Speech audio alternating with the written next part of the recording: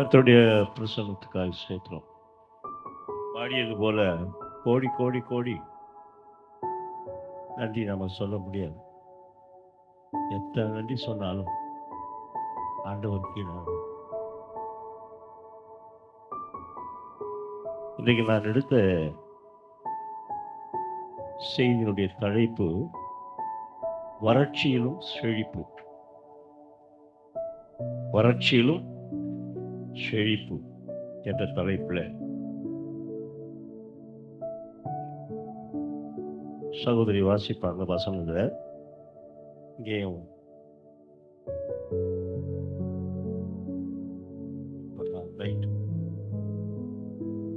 ஆதியாகமம் 26ஆம் அதிகாரம் 12ஆம் வசனம் வாசிக்கிறேன்.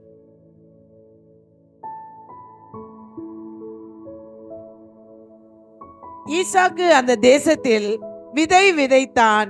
கர்த்தர் அவனை ஆசீர்வதித்ததினால் அந்த வருஷத்தில் 100 மடங்கு பலன் அடைந்தான். Then Isaac sowed at that land and reaped in the same year in hundreds fold. And the Lord blessed him. And the Lord he reaped in the same year. அதே வருஷத்துல. இந்த சம்பவத்தை நீங்க அநேக முறை கேட்டிருப்பீங்க, அநேக முறை படிச்சிருப்பீங்க.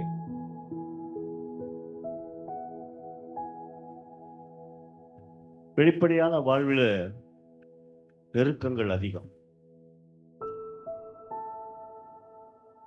அந்த நெருக்கத்தின் மத்தியில தான் நாம் எல்லாரும் வாழ்ந்து கொண்டிருக்கோம்.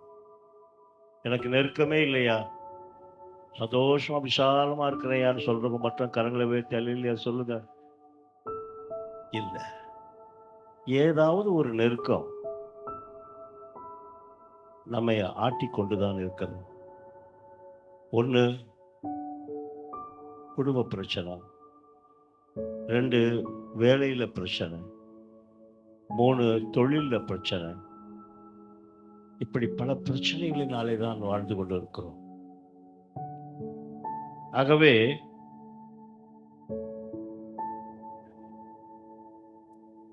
இது நமக்கு மட்டுமல்ல, not only for us but also to த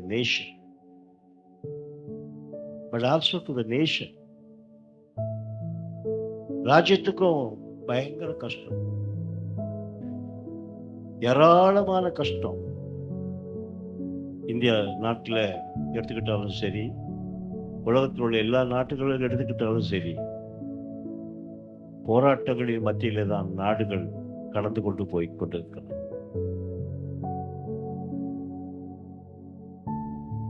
ஒன்று பொருளாதார சரிவு, எக்கனாமிக் ரிசெஷன் சொல்லுவாங்க. பொருளாதார சரிவு திடீர்னு பார்த்தீங்கன்னா இந்திய பொருட்களுக்கு அமெரிக்க அதிபர் ட்ரம்ப் வரியை விதிச்சிட்டார் 51%. எக்கனாமிக் ரொம்ப சரிச்சு போச்சு.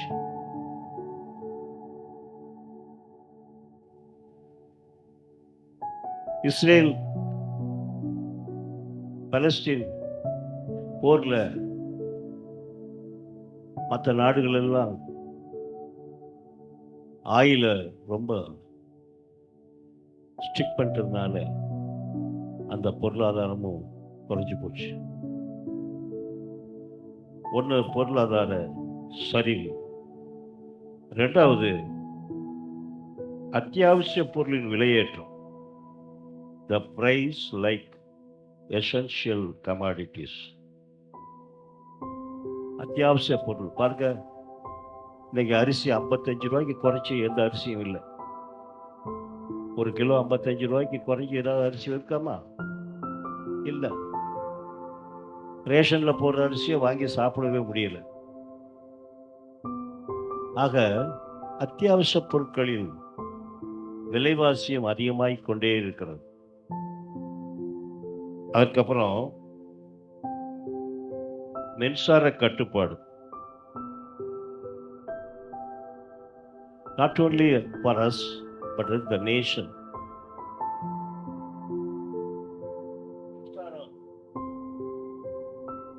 ஏற்றிக்கிட்டே போறான். அதை கட்டுப்படுத்த முடியல. கவர்மெண்ட் எவ்வளவோ ஆக்ஷன் எடுக்குது, ஆனாலும் கட்டுப்படுத்த முடியல. மின்சார விலைவாசி அதிகமாக இருக்கிறது. த பவர் ஷட் டவுன், அடிக்கடி ஷட் டவுன் வேற.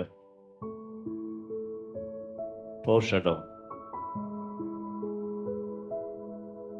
அடுத்ததாக இண்டஸ்ட்ரியல் டிப்ரெஷன். இண்டஸ்ட்ரியலுக்கு வாங்க, அங்கங்க மூடிட்டு. திருப்பூர்ல கிட்டத்தட்ட எத்தனையோ கம்பெனிகளை மூடிட்டாங்க. தொழில் முடக்கம். பாவம், ஜனங்க ரொம்ப கஷ்டப்படுறாங்க. எத்தனை பேருக்கு வேலைவாசி இல்லை. ட்ரம்ப்னுடைய அந்த வரி விதிப்பினால ஏற்றுமதி குறைஞ்சு போச்சு.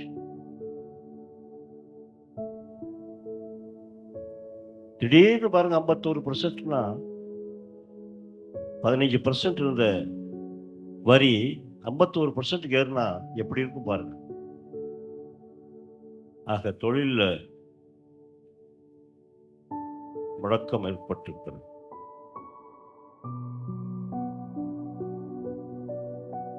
அது இந்திய தேசம் மட்டுமல்ல, உலகத்தில் எல்லா தேசமும் சீன பொருட்களுக்கெல்லாம் உள்ள வரக்கூடாதுன்னு சொல்லிட்டார் ட்ரம்ப். சீனாவும் இந்தியாவும் ஒப்பந்தம் பண்ணிக்கிட்டு இருக்காங்க. அதே போல அரசியல் ஸ்திரம்.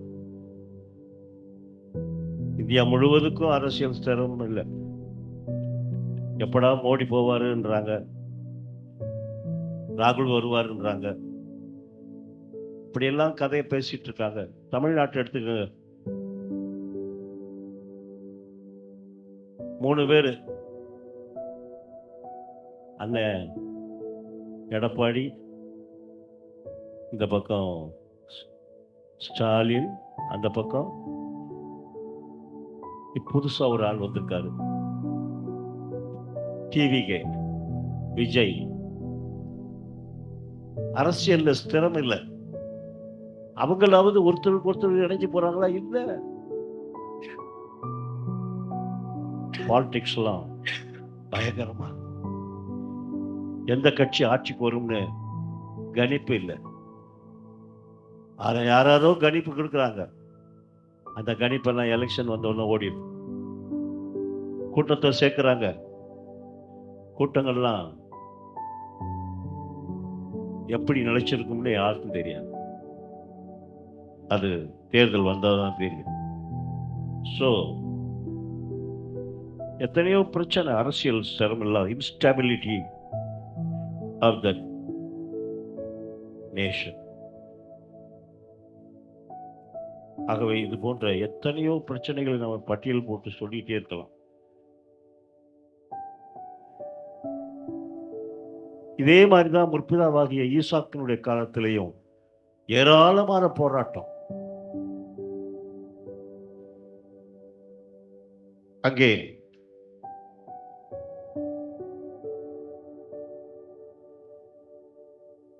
அவர் போனாரு. அங்க ஒரே தண்ணி இல்லை, கஷ்டம். மேய்ப்பர்கள்லாம் கஷ்டப்படுறாங்க. மேய்ப்பர்கள்லாம், ஐயா தண்ணிக்கு எங்கேயா நாங்க போவோம், நம்ம ஆடுகளுக்கெல்லாம் தண்ணி இல்லையே, நாம விவசாயம் பண்ணணும்னு அங்க இடம் இல்லையே என்று சொல்லலாம் பிரச்சனையை உருவாக்குறாங்க.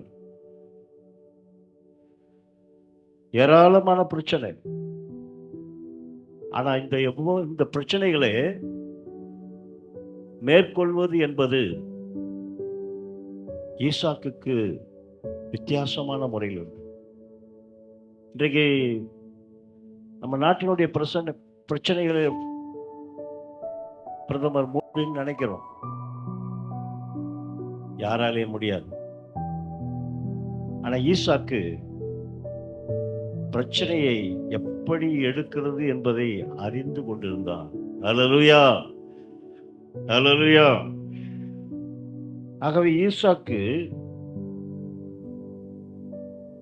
அவர் எப்படி மேற்கொண்டார் என்ற காரியத்தை நாம் இப்ப கற்றுக்கொள்ள போகிறோம். அது நமக்கு இன்றியமையாத காரியம். அவர் மேற்கொண்ட விதத்தை நாம் ஆராய்ந்து பார்த்தோமானால் அதனுடைய நம்முடைய வாழ்க்கைக்கு மிகவும் பிரயோஜனமாயிருக்கும். எத்தனையோ குடும்பத்தில் பிரச்சனை. இப்ப அம்மா நிறைய பேருடைய பிரச்சனைகளை அறிவிப்புல சொன்னாங்க. தொழிலில் பிரச்சனையை சொன்னாங்க, குடும்பத்தில் பிரச்சனையை சொன்னாங்க, சுகம் இல்லை அப்படின்னு பிரச்சனையை சொன்னாங்க. ஆக இந்த பிரச்சனைகளை எல்லாம் எப்படி மேற்கொள்வது என்பதை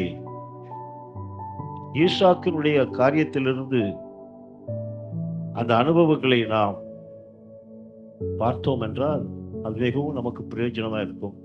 அதற்காகத்தான் வேதத்திலே அந்த பிரச்சனையை அழகாய் எப்படி ஈசாக்கு மேற்கொண்டார் என்பதை குறித்து வைத்திருக்கிறார். அவர் செயல்பட்ட விதத்தை பார்க்கும்போது முதலாவது அவருடைய விசுவாசம். இன்னைக்கு அநேக இடத்துல விசுவாசம் இல்லை. ஆண்டவர் எனக்கு எப்படியா சுகம் தருவாரு, எப்படியா என்னை நடக்க வைப்பாரு, எப்படியா எனக்கு கால் வைப்பார், எப்படியா என் குடும்பத்தில் இருக்க கஷ்டம் போகும், எப்படியா என் தொழில் இருக்க பிரச்சனை போகும், நான் தெரியாதனமா கையெழுத்துலாம் போட்டேனே இதெல்லாம் மாட்டிக்கிச்சே இதெல்லாம் வேதனைப்படுகிறவர்கள் அநேகர் இருக்கிறார். ஆனால் ஈசாக்கு பிரச்சனையை சமாளிப்பதற்கு விசுவாசத்தை, கர்த்தர் மேல் உள்ள விசுவாசத்தை முன்வைத்தார். He put the faith in front.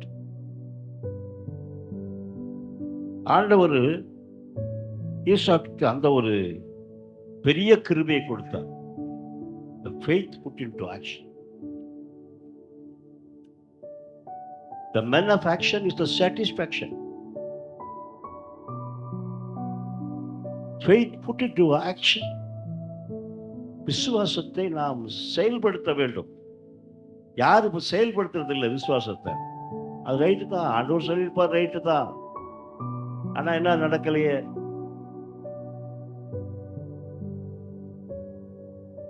யோபு சொல்றாரு, ஆராய்ந்து முடியாத காரியம், எண்ணி முடியாத அதிசயங்களை செய்கிறவர். ஆகவே அவர் அற்புதம் செய்கிற தேவன் என்பதை விசுவாசிக்க வேண்டும். இந்த விசுவாசம் இல்லாதனாலதான் நம்ம அநேகர் சோர்ந்து போறோம். எப்படியா ரேஷன் வாங்க காசு இல்லையே, எப்படியா போவேன்? விசுவாசம், விசுவாசம். ஆகவே ஈசாக்கு அங்கே விசுவாசத்தை செயல்படுத்தினார். அதுதான் முதல் point. The faith put into action. Abraham இந்த கானானுக்குள்ளே நுழைந்த உடனே அப்பொழுது ஒரு பஞ்சம் ஏற்பட்டது. பஞ்சம் ஏற்பட்ட உடனே அவர் என்ன பண்ணிட்டாரு? இத்தனைக்கு விசுவாசிகளில் தகப்பன் இல்லவா ஆபிரகாம். ஆனா அவர் என்ன பண்ணிட்டாரு? விசுவாசத்தை காப்பாத்தி இது பஞ்சத்தை இருந்து நம்ம நீக்கிறதுக்காக எகிப்துக்கு போயிட்டார். ஆதியாகமம் 12ஆம் அதிகாரம் 6ஆம் வசனம் 10ஆம் வசனம் வாசிங்க. ஆபிரகாம் அந்த தேசத்தில் சுற்றி திரிந்து சீகேம் என்னும் இடத்துக்கு சமீபமான மோரே என்னும் சமபூமி மட்டும் வந்தான். அக்காலத்திலே கானானியர் அத்தேசத்திலே இருந்தார்கள். கர்த்தர் ஆபிரகாமுக்கு தரிசனமா அவன் அத்தேசத்திலே பஞ்சம் உண்டாயிற்று. தேசத்திலே பஞ்சம் கொடிதாயிருந்தபடியாலே பஞ்சம் எத்தனை பேர் பார்த்திருக்கீங்க? நான் பார்த்திருக்கேன். அந்த காலங்கள்ல நான் சின்ன பையனா இருக்கும்போது ரேஷன் எல்லாத்துக்கு கொடுப்பாங்க. இப்ப எல்லாம் அரிசி கொடுக்குறாங்கல்ல, கடலை மாவு இந்த அதாவது என்னது, புண்ணாக்கு இல்ல, புண்ணாக்கு அந்த பொடியை வச்சு அதை கொடுப்பாங்க. பஞ்சம், வீட்டுல பஞ்சம், பேப்பர்களை திப்பாங்க, அவ்வளவு பஞ்சம் இருந்தது. ஆனா இப்ப பஞ்சம் எல்லாம் ரொம்ப குறைஞ்சு போச்சு. பஞ்சம்னு கேட்டாலே என்ன பஞ்சம்னு கேட்பான் பையன். பஞ்சம் கொடிதா இருந்தது. ஆபிரகாம் எகிப்து தேசத்திலே தங்கும்படி அவ்விடத்துக்கு போனான். பாருங்க, ஒரு பெண்ண பெரிய இவரு விசுவாசத்தின் தகப்பன் என்ன பண்ணிட்டாரு, போகக்கூடாத இடத்துக்கு போயிட்டார், எகிப்துக்கு போயிட்டார். எகிப்து பாவம் நிறைந்த இடம். அங்க போயாவது பஞ்சத்தை தீர்த்துக்கலாம், பிள்ளைகளுக்கெல்லாம் நம்ம சார்ந்திருக்கிறவர்களுக்கெல்லாம் செய்யலாம்னு போனார். ஆனால் அதே சமயத்துல அப்படிப்பட்ட ஒரு பெரும் பஞ்சம்தான் இவருடைய காலத்தில்.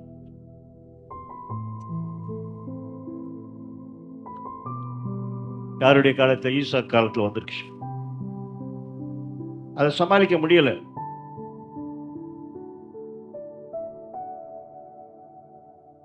ஆகவே ஈசாக்கு என்ன பண்ணிட்டாரு, நேரா அந்த நாட்டு ராஜாவை அபிமெலேக்கு கிட்ட போறாரு. அபிமெலேக்கு கிட்ட போய்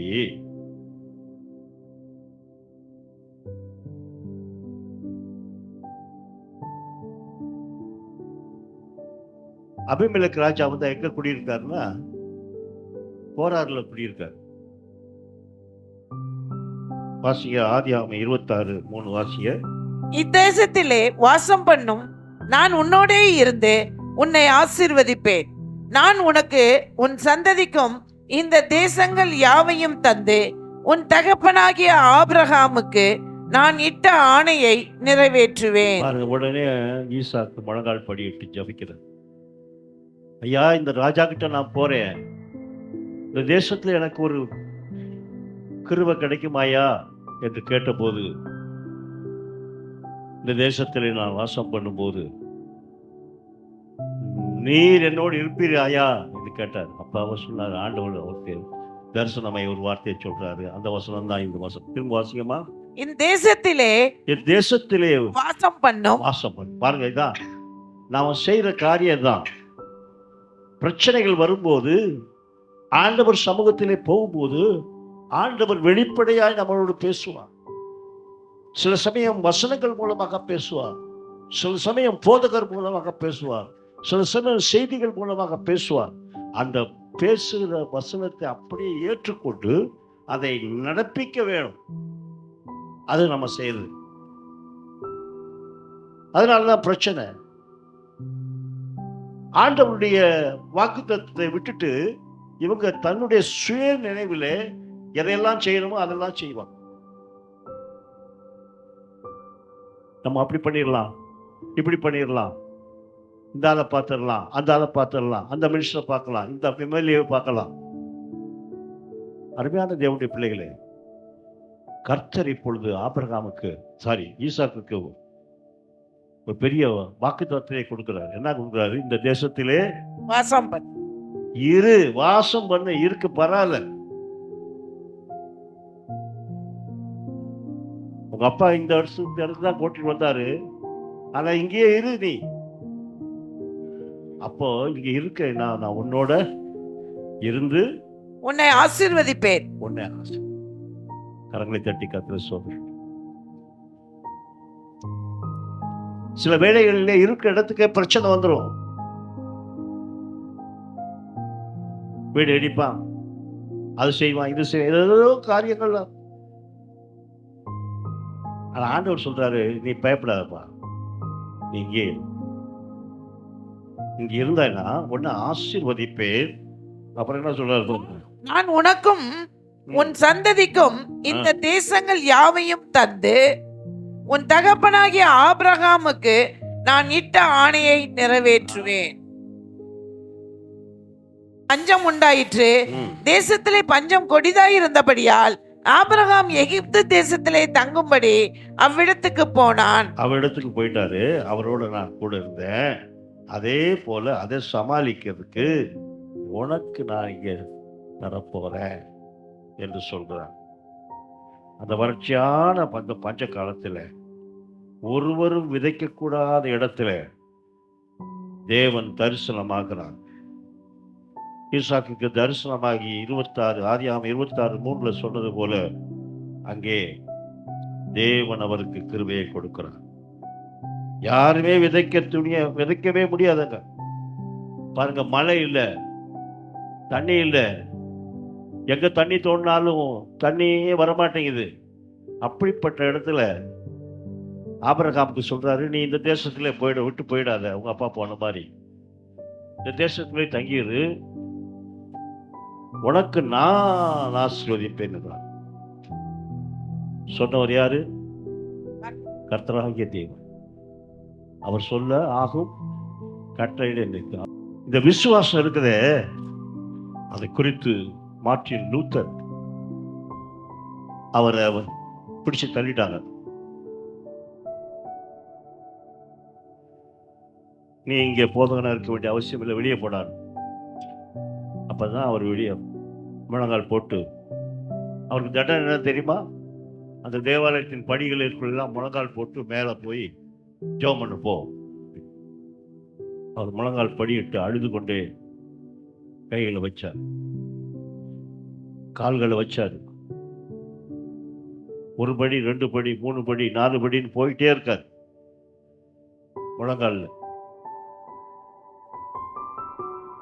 பாருங்க, அவருக்குள்ள ஒரு விசுவாசம். எப்படியும் என்னை தேவன் என்னை காப்பாற்றுவார், எனக்கு சொன்ன வாக்கு தத்துவத்தை நிறைவேற்றுவார் என்ற விசுவாசம். இப்போ மார்ட்டின் லூத்தர் கிங் ஒரு வார்த்தையை சொல்றாரு, faith that sees invisible,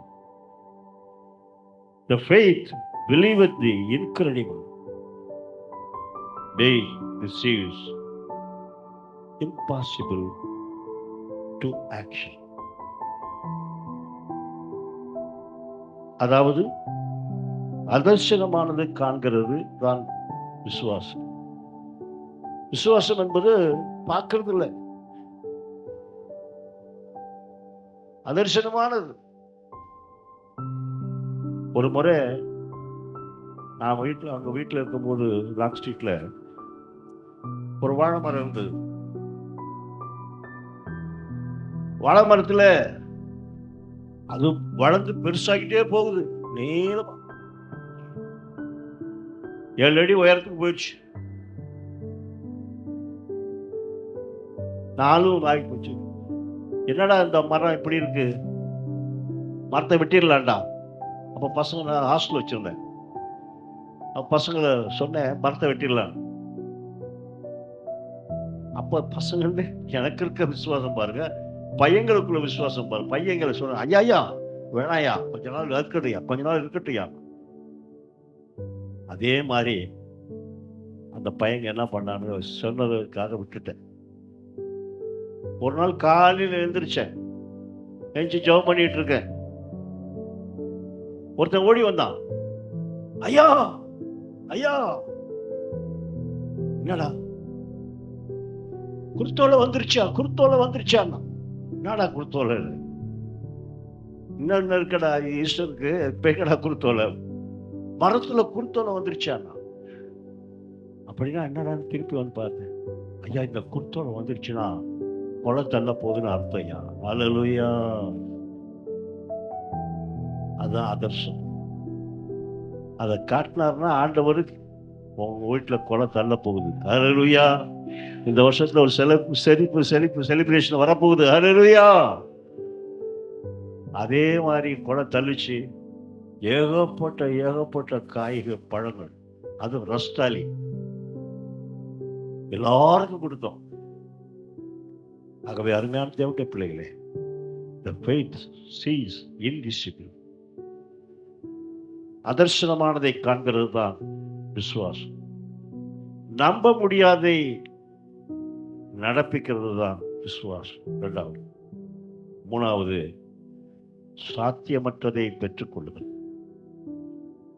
என்ற கூற்றை மார்ட்டின் லூத்தர் அவர்கள் சொன்னார்.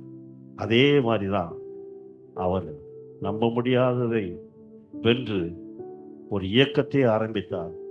அந்த இயக்கத்தை சில நாடுகள் வெறுத்தன. அன்றைக்கு இருந்த பெரிய பெரிய போப்பாண்டவர்கள்லாம் அவரை வெறுத்து ஒதுக்குனாங்க. ஆனால் ஒரு ராஜ்யம் ஏற்றுக்கொண்டது. இன்றைக்கு நாம் புராட்டஸ்டன்ட் இயக்கத்தில் இருக்கிறோம். ஆகவே நம்ப முடியாததை நம்ப வைக்கிறது தான் அந்த ஆக விசுவாசமானது வறட்சியில செழிப்பை கொடுத்து. இதைத்தான் பிலிப்பியர்ல சொல்றாரு,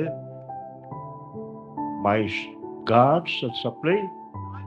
வாசிங்க பிலிப்பியர் 1:19 4:19 4:19. என் தேவன் தம்முடைய ஐஸ்வர்யத்தின்படி உங்கள் குறைவுகளை எல்லாம் கிறிஸ்து இயேசுவுக்குள். பாருங்க, நல்ல அந்த வசனத்தை சும்மா மேல மட்டும் வாசிக்கக்கூடாது, ஃபுல்லா வாசிங்க. தேவன் கொடுத்த ஐஸ்வர்யத்தின்படி உங்கள் குறைவை எல்லாம் கிறிஸ்து இயேசுவுக்குள் மகிமையிலே நிறைவாக்குவார். My God shall supply all my needs. ஆகவே விசுவாசத்தினாலே நிச்சயமாய் நடக்கும் என்பதை ஈசாக்கு பெற்றுக்கொண்டார். ஆகவே அந்த இடத்துல யாருமே விதைக்காத இடத்துல அவர் விதைச்சார். யாருமே செயல்படாத இடத்துல செயல்பட்டார். 100 மடங்கு, 1 மடங்கு 2 மடங்கு இல்லை, 100 மடங்கு ஆசீர்வதித்தார். ஆகவே முதலாவது என்ன பாயிண்ட் சொன்னேன்? விசுவாசத்திலே உறுதியா இருக்க வேணும். ஹல்லேலூயா, ஹல்லேலூயா. Faith into action. Faith into action. செயல்படுத்தணும். விசுவாசத்தை செயல்படுத்தணும். விசுவாசிக்கிறேன்னு செயல்படுத்தாமல் நீங்க என்ன விசுவாசம் இல்லை. செயல்படுத்துங்க. அதர்சனமானதை தரிசனமாக்குவார் கர்த்தர். தினமும் ஒரு அம்மா பிறந்த குழந்தையெல்லாம் செத்து போச்சு. ரொம்ப வயிற்றுல புருஷன் சொல்லிட்டாரு, இனிமே உன்னை உங்க அம்மா வீட்டுக்கு அனுப்பி வேண்டியதான் அப்படின்னு. அப்போ அந்த அம்மா கவிதையில கை வச்சு ஜெபம் பண்ணிச்சான். ஆண்டவரே, நீர் என்னை உருவாக்கினீர், நீர் எனக்கு இந்த திருமணத்தை நடத்தி வைத்தீர், நீர் இந்த கணவனை எனக்கு கொடுத்தீர். ஆகவே நான் பெருமையாய் போகக்கூடாது என்று சொல்லி கை வச்சு ஜெபிச்சாங்க. நீ தருவீர் என்பதை எனக்கு நிச்சயம் தெரியும், எனக்கு நல்ல தருவீர்னு சொல்லி. அப்போ குறித்த நேரம் வந்தது, குறித்த காலம் வந்தது. ஆண்டவர் அந்த பெண்ணை ஹல்லேலூயா. நம்ம தோத்து போயிடும். ஒரு தகப்பன் பையனை சொன்ன, டேய் மடையா, எவ்வளவு செலவழிக்கிறேன்டா உனக்கு, படுத்து தூங்குறேடா, படிக்க மாட்டேங்கிறேடா, மார்க் வாங்க மாட்டேங்கிறியா, செத்து தொலைடா அப்படின்னு சொன்னாரு பாருங்க. அந்த ஒரு வார்த்தை அந்த பையனுடைய உள்ளத்துல பயங்கரமா குத்திடுச்சு. தகப்பன் என்னை நேசிக்கிற தகப்பன் தாய்கிட்ட போனான். தாயும் என்ன அவர் சொல்றது ரைட் தானடா அப்படிங்குது. 2 பக்கமும் ஆதரவு இல்லை. கண்ணீரோடு போய் ராத்திரியில 12 மணி இருக்கும், உட்கார்ந்து அழுகுறான். அப்போ ஆண்டவர் சொன்னாரு, உன்னுடைய வாழ்க்கையை நீ சீர்திருத்திப்பார். கோயிலில் போனால் ஒழுங்கா உட்காரதில்லை, சுத்துற, இதெல்லாம் அப்படியே ஃபிலிமில் காட்டுற மாதிரி காட்டுறாரு. நேரத்துக்கு நீ சர்ச்சுக்கு போறதில்லை, நேரத்துக்கு நீ எதுவும் பண்றதில்லை, அதனாலதான் தாமதம் ஆகுது. அப்புறம் என்ன பண்ணலாம், அழுத்து ஒப்பு கொடுத்தான். தினந்தோறும் படிக்க ஆரம்பிச்சான். அந்த 12 மணி நேரம் அவன் அந்த தரிசனத்தை கண்டதுனால 12 மணிலேருந்து படிக்க ஆரம்பித்தான். ராத்திரி 3 மணி 4 மணி வரைக்கும் படிச்சுட்டு படுப்பான். பாருங்க, அந்த வருஷம் நல்ல மார்க் வாங்கி பாஸ் பண்ணிட்டான். ஹல்லேலூயா! அவங்க அப்பாவுக்கே ஆச்சரியமாயிடுச்சு. ஆகவே அருமையான தேவனுடைய பிள்ளைங்க, விசுவாசத்தை put into action. Faith put into action. அது வைக்கிற போது தான் கர்த்தர் நம்ம உயர்த்துவார். 2வது பாயிண்ட்,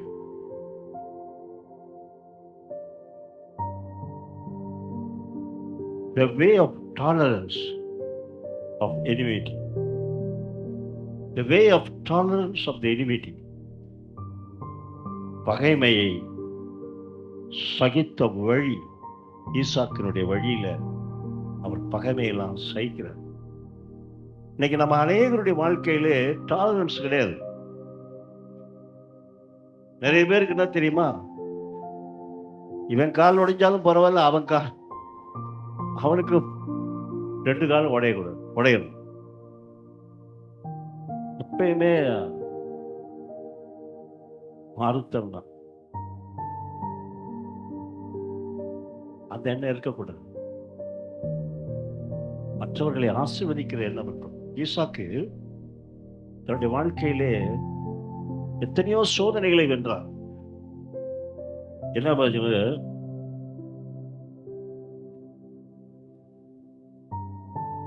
ஈசாக்கினுடைய காரியத்துல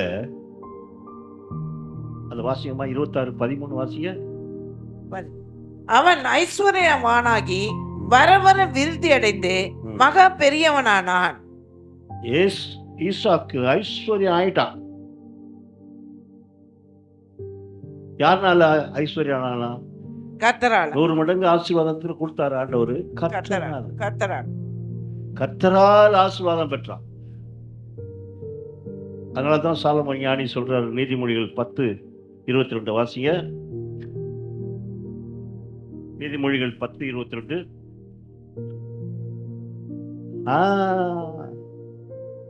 அவருடைய ஆசீர்வாதம் தான் அவனுக்கு ஐஸ்வர்யத்தை தரும். ஈசாக்கு சொன்னார், கர்த்தருடைய ஆசீர்வாதத்தினால்தான் நான் 100 மடங்கு அறுவடை பண்ணேன், 100 மடங்கு அறுவடை பண்ணேன். ஆனாலும் அவனுடைய வளர்ச்சியை பார்த்தா, எப்பயுமே பாருங்களேன், குடிசை வீட்டில் இருக்க மாதிரி உடனே ஒண்ணுமே சொல்ல மாட்டான். கொஞ்சம் வீடு கட்டி நல்லா அழகா சூப்பராகிட்டேன்னா பக்கத்தில் இருக்கவங்க சொல்லுவான், இவன் பிள்ளைங்க எல்லாம் பாத்ரூம் கிடையாம ரோட்ல வந்து போயும். இப்போ பாரு, பொறாம, எனிமிட்டி. இன்னைக்கு பொறாம நிறைஞ்ச உலகத்துல வாழ்ந்துகிட்டு இருக்கிறோம். இவர் நடக்கவே மாட்டார்னு நினைச்சா நடந்து வந்துட்டாரு. அதுக்கு ஆண்டவர் யோசிக்க மாட்டார். ஆண்டவர் எப்படி நடந்தார், எப்படி பேசுவார், பாட்டே பாட மாட்டார். இனிமே பொறாம. ஈசாக்குக்கு அப்படிதான். இந்த பையன் வந்தான், எந்த ஊர்ல இருந்தோ வந்தான். அந்த கோராக்கின் புத்தகங்கள்லாம் சொல்றாங்க, இங்க வந்தா மலையே இடத்துல விதைச்சா 100 மடங்கு அறுவடை பண்ணிட்டானே, எப்படி பார்ப்போம் அப்படின்னும் போது ஈசாக்கு வேலைக்காரங்க போய் என்ன பண்ணாங்க,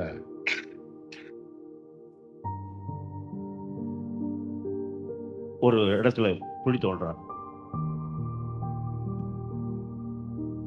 16 வருஷம் அதிகமா. அபிமெலேக்கு ஈசாக்கை நோக்கி, நீ எங்களை விட்டு போய்விடு, எங்களை பார்க்க. இல்ல ராஜா வந்து அபிமெலேக்கு ஈசாக்கிட்ட என்ன சொல்றாரு, வாசிய 16 வருஷம் 16 வாசிய.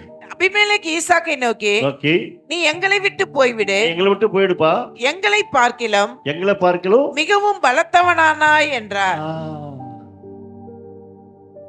நாங்க விதைக்காத இடத்துல நீ விதைச்சு என்னென்ன காரியமெல்லாம் பற்றிட்டியோ, நீ பலமான ஆயிட்ட, ஐஸ்வர்யம் ஆயிட்ட. ஆனா திரும்ப இங்கே இருந்தீங்கன்னா எங்களை காட்ட ரொம்ப ஐஸ்வர்யம் ஆயிடுவாப்பா, நீ போயிடுப்பான்றார். அப்ப என்ன பண்றான், பொறாமையில அதை சொன்ன உடனே ராஜாவே சொல்றாரு, அபிமெலேக்கு சொன்ன உடனே அந்த வேலைக்காரங்கெல்லாம் ஓடி போய் ஐயா நாங்கள் உங்கள் ஊரில் வந்து செய்யலையா, எங்களுக்குன்னு ஒரு இடத்துல போய் தண்ணி கிணறு தோண்ட போகிறோம் அப்படின்னு ஈசாக்கின் வேலைக்காரலாம் ஒரு கிணறு தோன்றாங்க. அந்த கிணறுல தண்ணி திறந்துருச்சு. என்னடா நம்ம தோன்றோம் தண்ணியை திறக்கல.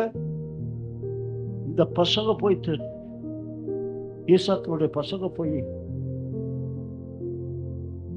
கிணறு தோண்டினா தண்ணி சுரக்குதே. உடனே வந்தானுங்க.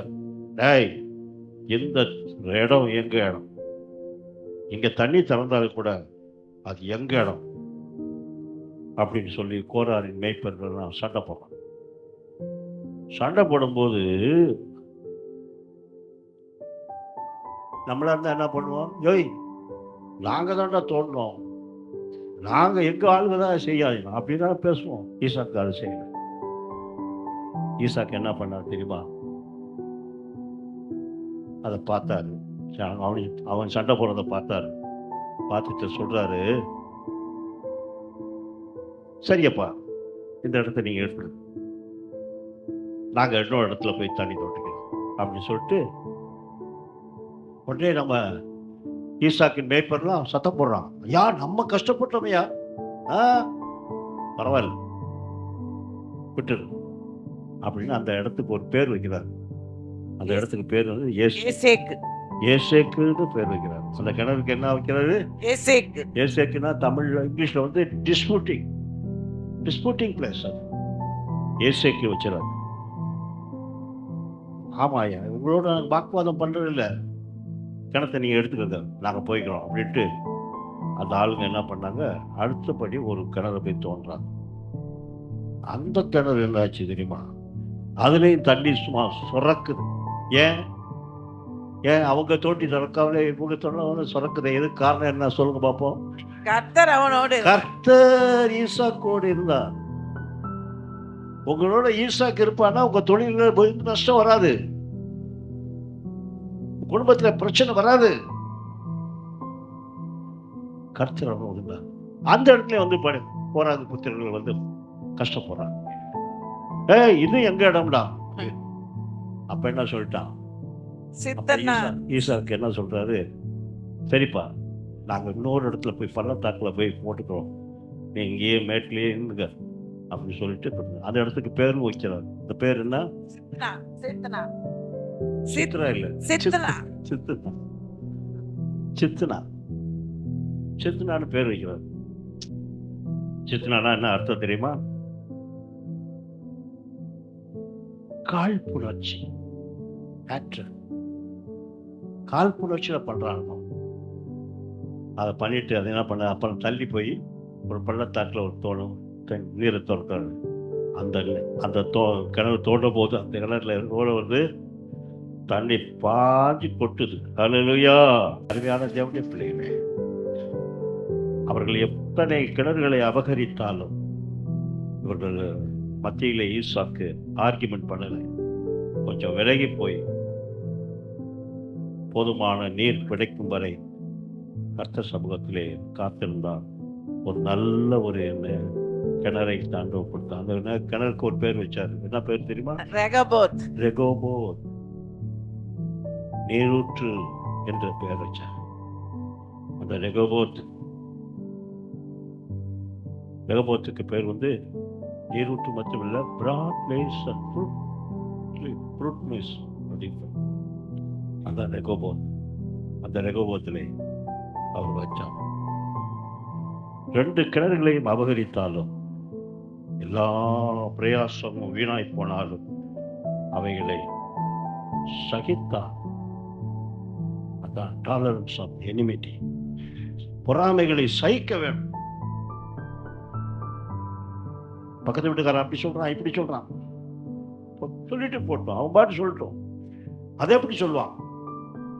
சில பேர் இருந்தப்போ ஒரு அங்கள வீடு இடத்துக்கு போயிட்டு சண்டை போடுவோம். எடுத்துட்டு போப்பா, கொண்டு வந்தது ஒன்றுமில்லை, கொண்டு போறது ஒன்றுமில்லைன்னு சொல்லிவிடும். அந்த சகித்தன்மை இல்லாதனாலதான் அனைவருடைய வாழ்க்கையில ஆசீர்வாதமே குறைஞ்சு. டாலரன்ஸ் கர்த்தர் வந்தார், நிச்சயமாய் நடக்கும். நீர் வந்தார். அல்லேலூயா.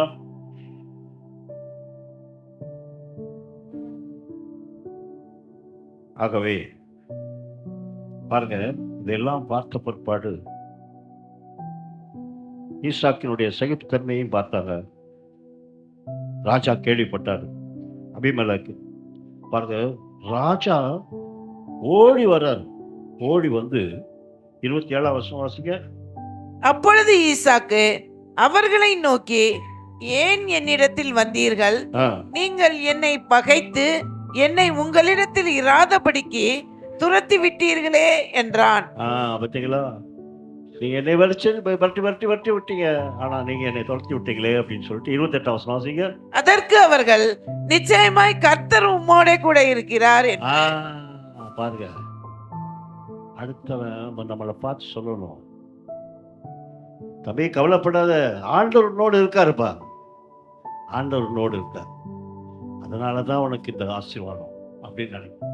அப்புறம் 29, நாங்கள் உம்மை தொடாமல் நன்மையை உமக்கு செய்து உம்மை சமாதானத்தோட அனுப்பிவிட்டது போல நீரும் எங்களுக்கு தீங்கு செய்யாதபடிக்கு உம்மோட உடன்படிக்கை பண்ணிக்கொள்ள வந்தோம். ராஜாவே உடன்படிக்கை பண்ணிட்டார். ஆகவே கர்த்தர் நம்மோடு இருந்தார்.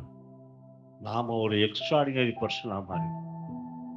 கர்த்தர் என் பட்சத்தில் இருக்கிறார், கர்த்தர் என் பக்கத்தில் இருக்கிறார், நான் பயப்படேன். மனுஷன் எனக்கு என்ன செய்வான்? எனக்கு என்ன செய்வான்? அந்த ஒரு திட்டத்தோடு இன்னைக்கு இந்த கூடாரத்தை விட்டு போங்க. என்னோடு ஆண்டவர் இருக்கிறார், என்னோடு இயேசு இருக்கிறார். ஒரு மனுஷனை எனக்கு ஒன்றும் செய்ய முடியாது. ஆண்டவர் என்னை குணப்படுத்துவார், ஆண்டவர் என் குடும்பத்திலே செல்வத்தை உருவாக்குவார், ஆண்டவர் என் பிள்ளைக்கு பிள்ளையை கொடுப்பார் என்றெல்லாம் எண்ணிக்கொண்டு என் தொழிலில் பெரிய வித்தியாசத்தை ஆண்டவர் தருவார். ஆகவே என் விசுவாசம் உறுதியாக, தேவன் என்னோடு இருப்பார். ஆகவே கர்த்தர் என்னோடு இருக்கிறார். அல்லேலூயா. ஈசாக்கோடு கர்த்தர் இருந்தார். அதே போல தாவீது சொல்வது போல கர்த்தர் என்னோடு இருந்தார். பால் சொல்றாரு, my God shall supply all my needs according to the riches of glory. ஆகவே கர்த்தர் நிறைவை நிறைவாக்க, குறைவு எங்கெங்க தீர்வு அங்கெல்லாம் நிறைவாகும். அவிசுவாசம் இருந்துச்சுன்னா நிறைவு கூட குறைவா போயிடும். அவிசுவாசப்படாதீங்க, விசுவாசிங்க, கர்த்தர் எனக்கு செய்வார் என்று சொல்லி அந்த எண்ணத்தோடு நாம் தைரியத்தோடு பலம் கொண்டு திடமனதாக இருந்து இந்த நாளில் நாம் வெளியே போவோம். கர்த்தர் நம்மை ஆசீர்வதிப்பார்.